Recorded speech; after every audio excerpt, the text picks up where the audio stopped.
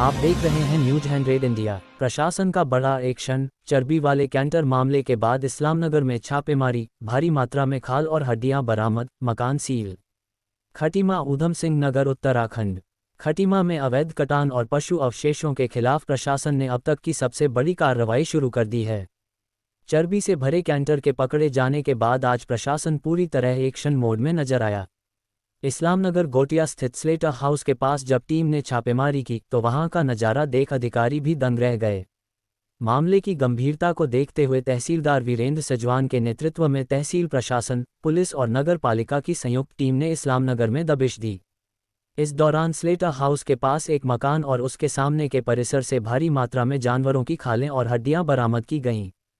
प्रशासन ने तुरंत कार्रवाई करते हुए उस मकान को सील करने की प्रक्रिया शुरू कर दी है जहां से यह अवैध माल बरामद हुआ।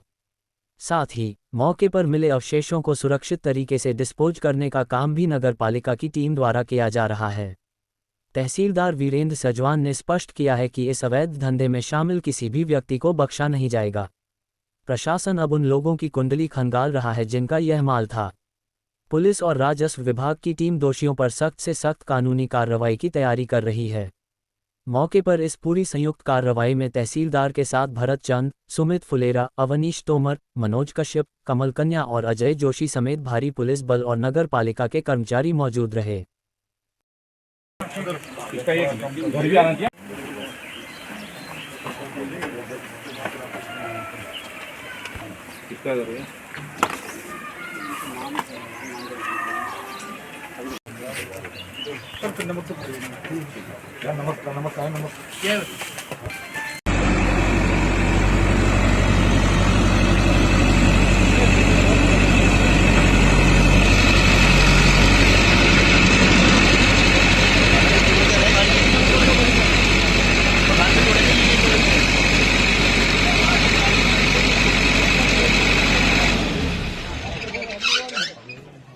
यह है कि कल बजरंग दल विश्व हिंदू परिषद द्वारा एक ट्रक जो संदिग्ध कोई सफ़ेद पदार्थ कंटेनरों में भर के ले जा रहा था, जो कि प्रथम दृष्टता चर्बी के रूप में महसूस हो रहा था, उस पर कार्रवाई करते हुए ट्रक को तो कल सील कर दिया गया। मगर ये भी लगातार शिकायतें आ रही कि इस्लामनगर गोटिया की तरफ अवैध रूप से पशुवध हो रहा है और उसका मांस की बिक्री की जा रही है। इसी कार्यक्रम के तहत आज नगर पालिका परिषद और प्रशासन और पुलिस प्रशासन, पशु चिकित्सा अधिकारी द्वारा ये संयुक्त रूप से ये अभियान चलाया गया कि जिसमें कि अवैध रूप से जहां पशु कटते हैं उसकी जांच की जाए और अवैध का उस पर कार्रवाई की जाए। उसके तहत आज यहाँ पे इस्लामनगर गोटिया में एक संदिग्ध स्थान पर कुछ खालें, जिनकी संख्या 400-500 से अधिक हो सकती है, नमक लगी खालें हैं और हड्डियां बरामद हुई है कि जो बहुत बड़ी तादाद में है, जिससे कि ये संभावना है कि यहाँ पर पशुवध होता है और पशुवध होने के बाद उसकी अवैध रूप से बिक्री की जाती है।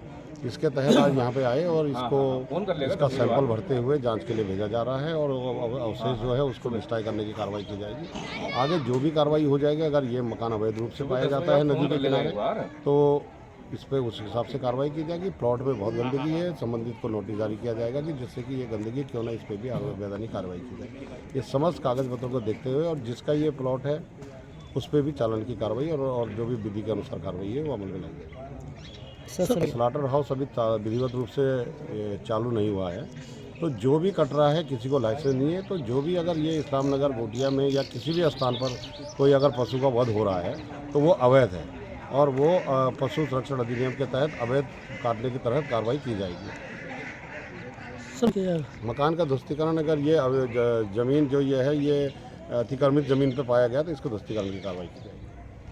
भी प्रतिबंधित मांस था, उसका कटान यहाँ अवैध तरीके से इस्लामनगर ये गोटिया के अंदर चल रहा था, स्लॉटर हाउस के ठीक सामने पे। इसमें अब खटीमा पुलिस प्रशासन और तहसील प्रशासन की संयुक्त कार्रवाई से ये सब कुछ सामने आया है और प्रशासन इसको कब्जे पे लेके इसको दफनाने की कोशिश कर रहा है, प्रयास कर रहा है। और यदि ये जो मकान है जहाँ पर ये अवैध कटान चल रहा है, ये जो दोषी है, अगर ये सरकारी ज़मीन पाई जाती है तो इसका भी कुछ ना कुछ विचार करके प्रशासन इसमें भी कार्रवाई करने को आगे बाध्य रहेगा। और यदि ऐसा होता है तो ये एक नज़ीर बनेगी, भविष्य में इस प्रकार का कदम लंबे समय तक कोई उठाएगा नहीं।